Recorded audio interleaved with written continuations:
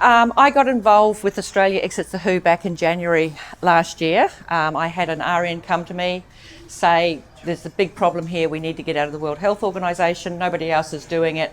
I've got this gentleman, James Radusky, I want you to have a chat with him. And that's really how I got involved.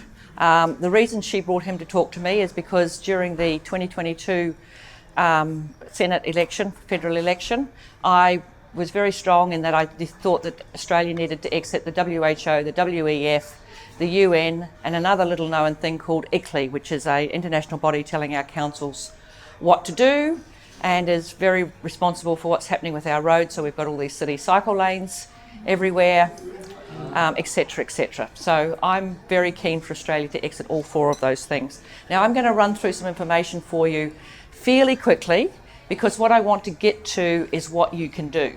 So it's all very well having this knowledge, but what we really have to do is get that out to what I call middle or mainstream Australia. And mainstream Australia is waking up. They are aware that there's vax injuries. They are aware that something's not quite right, and they did vote no in the referendum. And there are conversations I've had with people since the referendum about all sorts of topics that would not have happened before the referendum. And in fact, it was interesting when people went in to vote, they didn't look at you, they didn't want to talk to you, they just sort of put their heads down and went for it.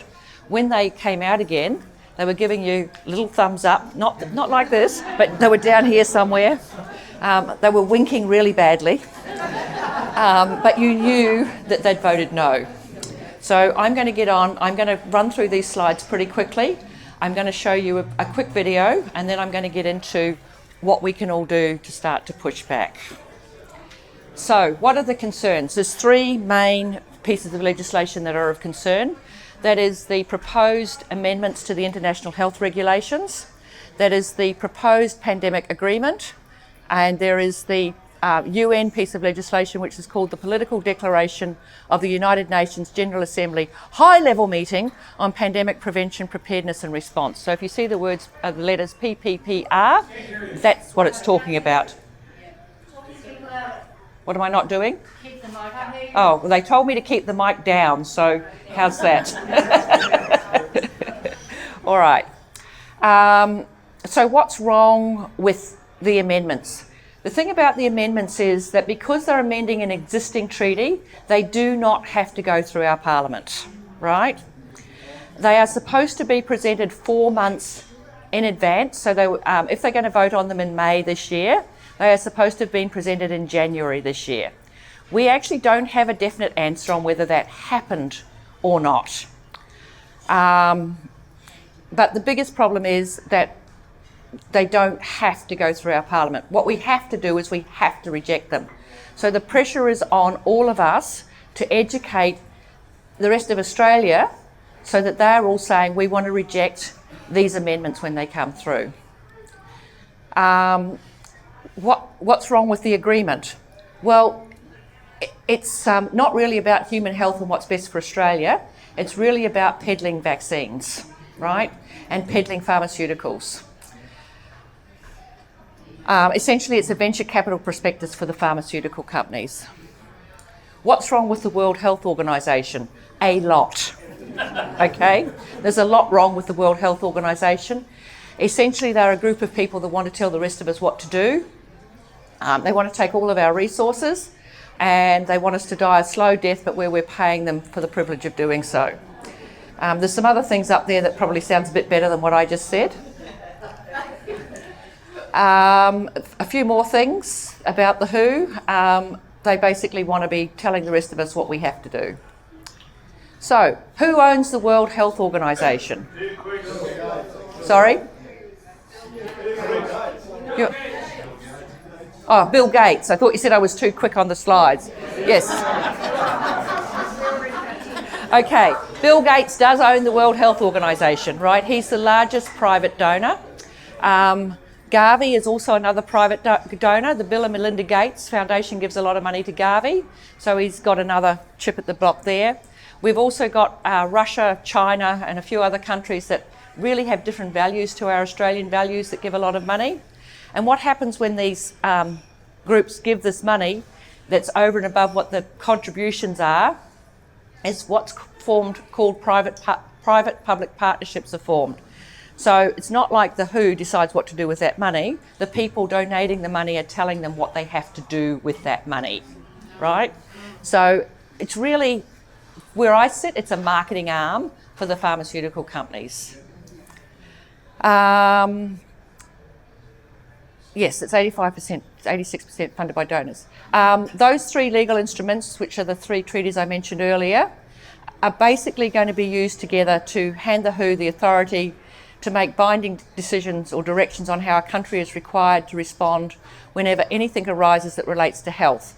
Now, that doesn't just include a supposed real pandemic, but will also extend to potential pandemics and cover the treatment of animals and other factors such as climate change. Anyone that's heard me speak before will know that I talk about the fact that they're going to use climate change, and I don't know how they're exactly going to use it, but let's say, for example, they're going to say that it's climate change that's causing all this huge number of myocarditis that we've been experiencing in recent years.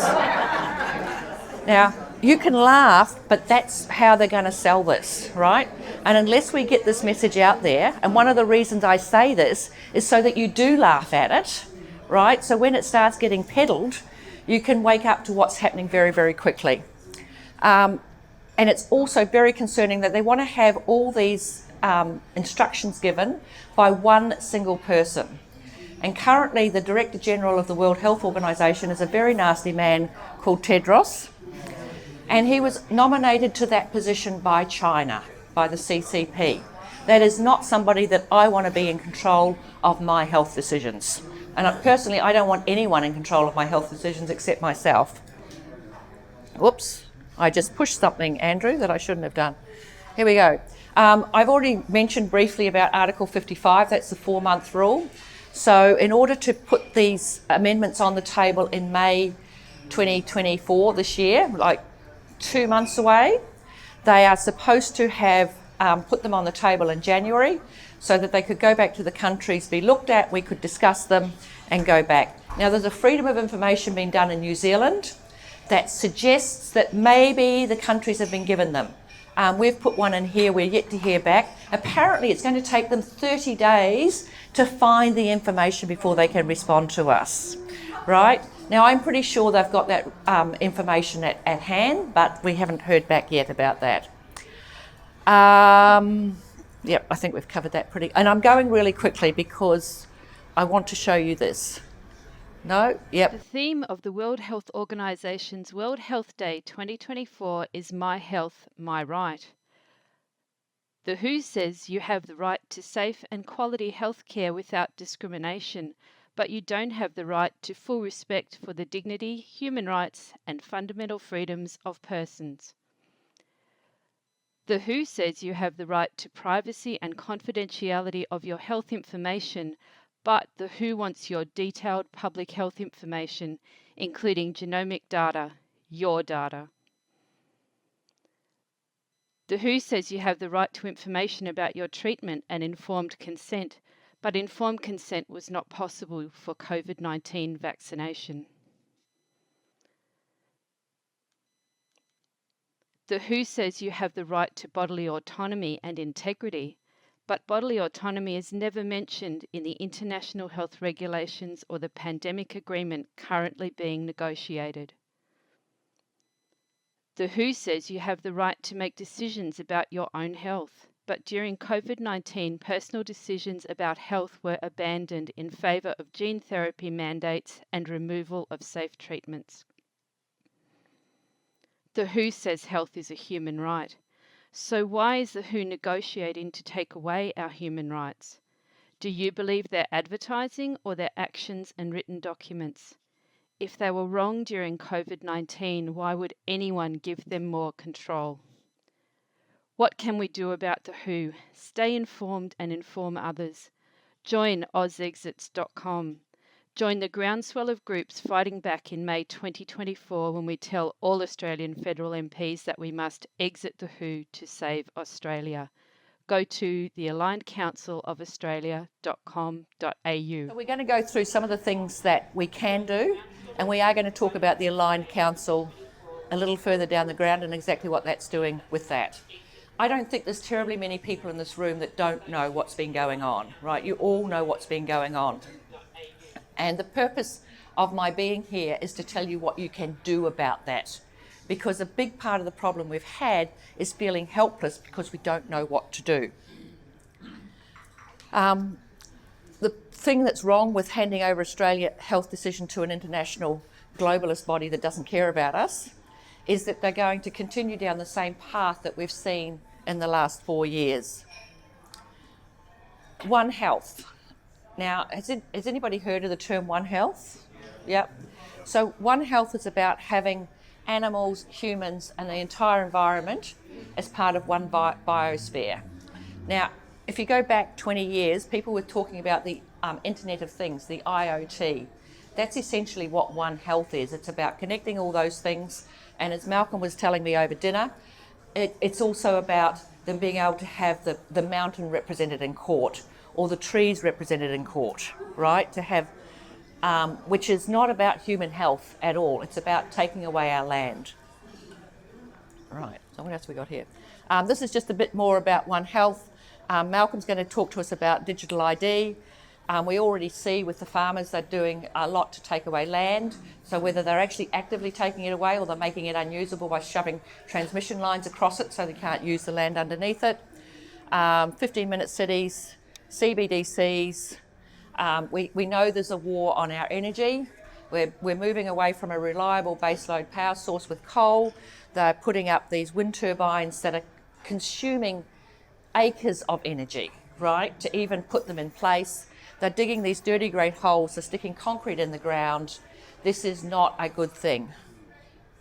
And the transgender part of this is all part of this as well. It's all about breaking down our society and an international organisation having control over what happens here in Australia. So there's two main streams that are working in parallel. So we have the international health regulations and this pandemic agreement. They're trying to shove them both through at the same time, and they work hand in hand with each other. So you may have heard Tedros saying, oh, no, we're not taking away sovereignty. No, we're not going to take away dignity, human rights and fundamental freedoms of persons. No, we're not going to be dictating health policy to countries. It's because they've put them in one, and in fact, I think some of that's just been because they know they're going to get pushback, and then they've got other words in the other one. So really they're having both of these things work in tandem with each other. The pandemic agreement, yes, I think it's in about its 6th revision in just over 12 months. The international health regulations, we know there's 307 proposed amendments in there. That's a lot of amendments, right? In 2022, they put through 5 amendments.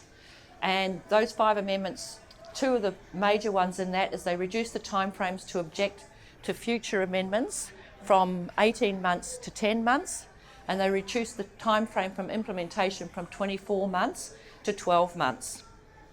Now, Australia Exits the WHO put together a petition in early 2023. Many of you have probably signed that petition. We got over 55,000 signatures, and we asked our Parliament to reject the 2022 amendments, right? It took until June 2023, which was more than 12 months after they went through the World Health Association, to actually get that before an organisation called JSCOT, the Joint Standing Committee on Treaties. Now, if that had been the case with the amendments that they want to put through in May 2024, we would already have been too late, okay?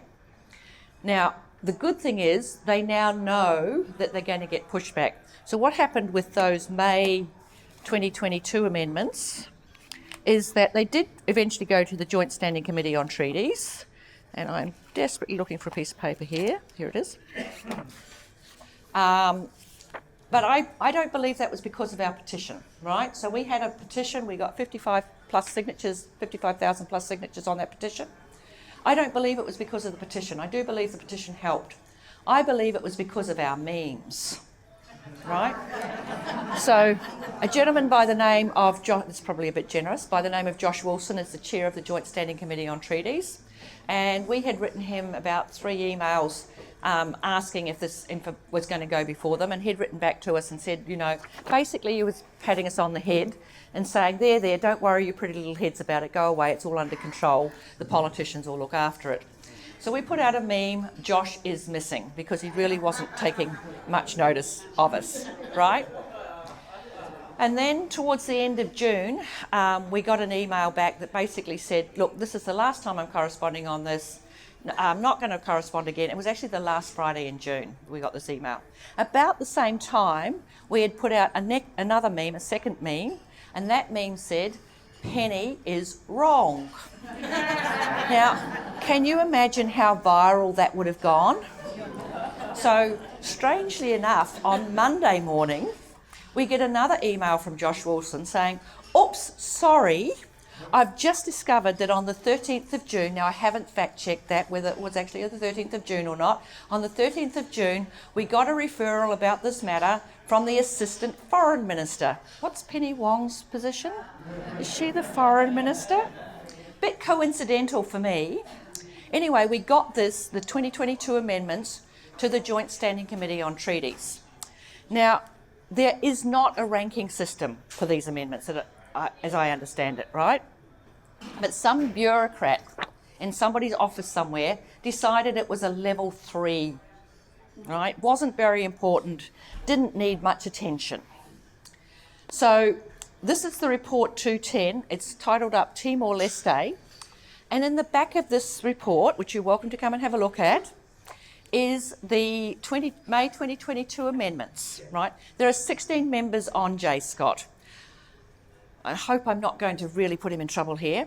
One of those members is Matt Canavan. He does not remember seeing anything about that in here, and good on him. He was good enough to say, I don't remember voting on that, right? But when you see this and you look at it and you see what a small note under minor treaty actions, that is in the back here, which I've got to flick to find it. Amendments adopted by the 75th World Health Assembly to the International Health Regulations. It's only a few paragraphs right in the back, right? Now, we can't afford to let that happen again. So one of the things that we've done as Oz Exits Who is one of the categories of volunteers that we're looking for is people to troll through legislation, right? Because we need to know what's getting in front of these politicians before they get to vote on it, so that this doesn't happen, okay? On the Australia Exits the W.H.O website, which if you picked up the yellow flyers when you came in, you'll find the website's on there. There's a place that you can go and volunteer. Now that's only one of the categories of volunteers that we're looking for. So there's different categories that we have in there that you can volunteer for, and I probably need to put this further forward, and I have no idea what I did with the clicker. If anybody else knows what I did with the clicker, that'd be good. Yeah, I think we'll go past that. Yep. Where were we? Things you can do. So if you go onto the Australia Exits the WHO website, you can go there, you can look what the categories are, you can say you could volunteer. Now, we are a volunteer organisation. Everybody in the organisation is volunteer. We don't get paid, right? So it can take a few weeks for us to get back to you, right? But if you can give us a bit of an explanation in there about what you can do and what skills you can offer, somebody will get back, they'll go through that, they'll assign you to a team, they'll ask you what team you want to be on, all those kinds of things. But that's one way that you can volunteer.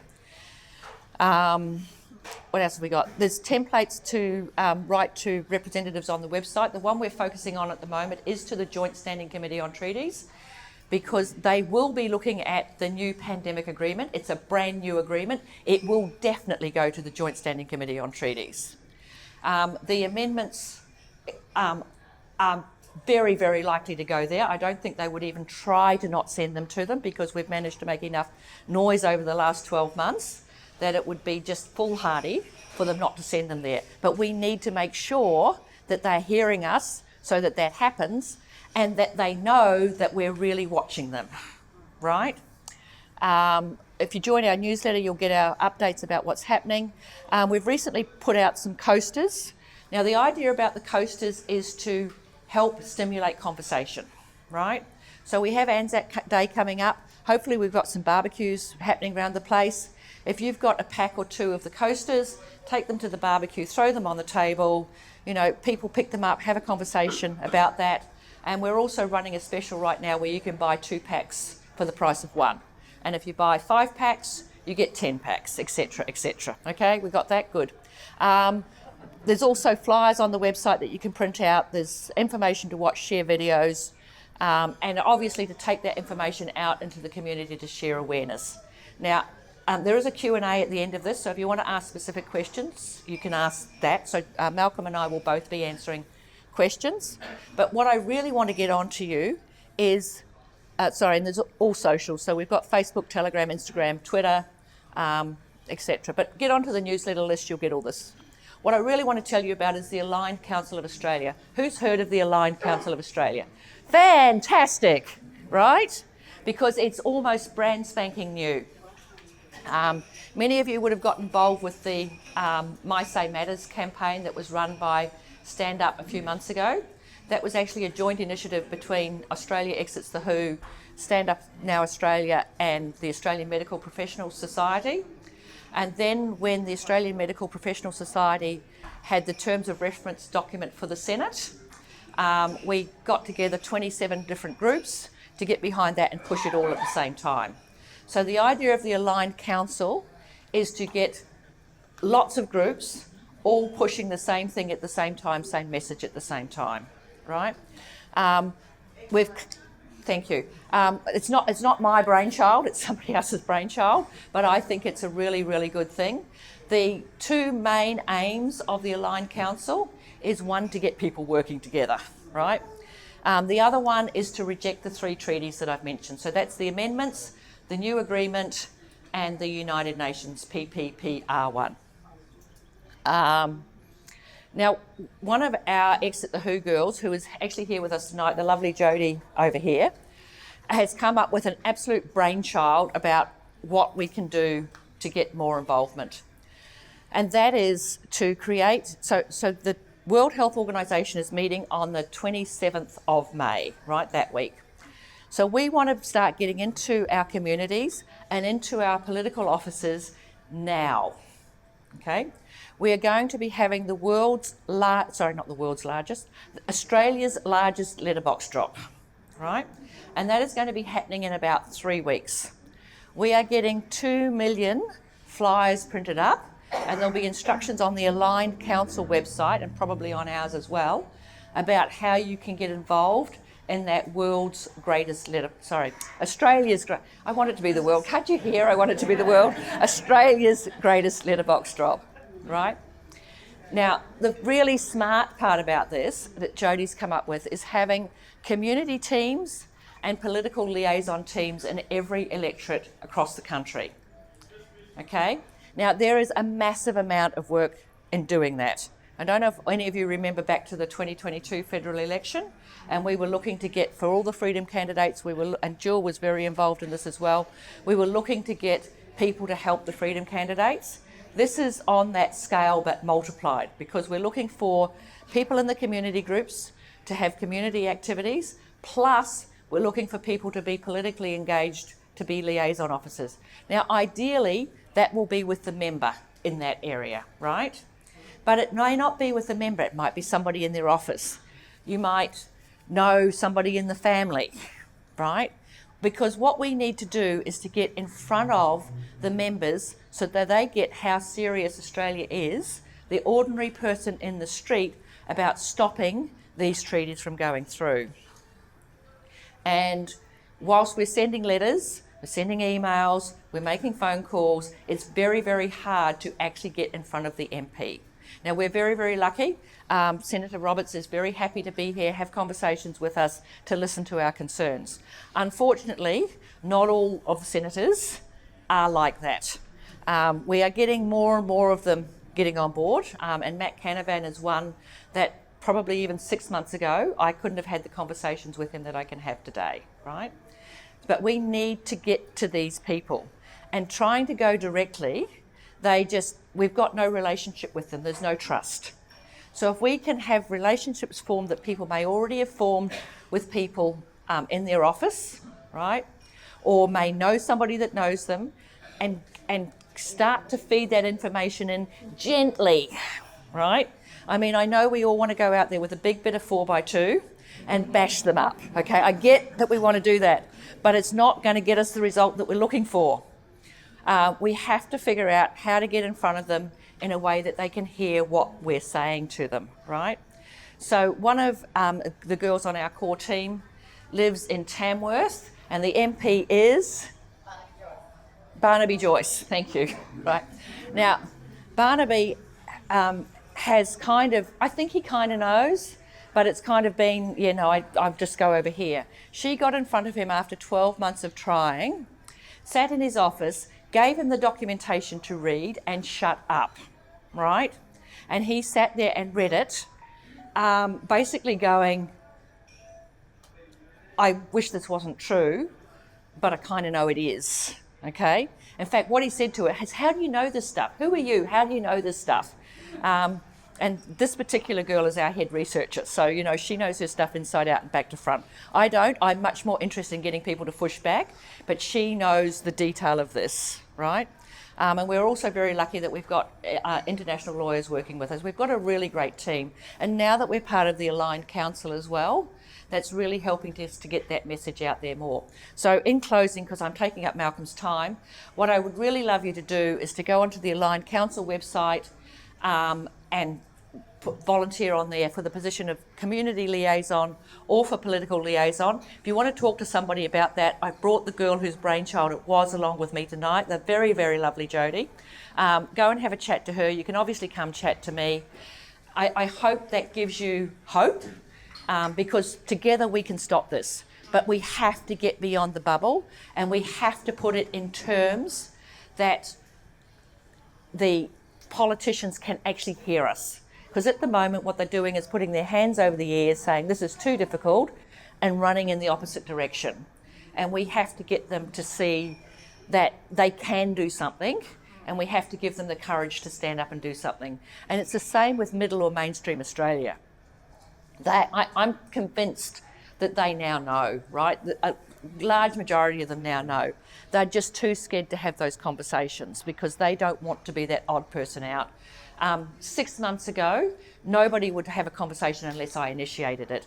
People are starting to have those conversations without us having to be involved in them. We just have to give them the material so that they can be more involved in that.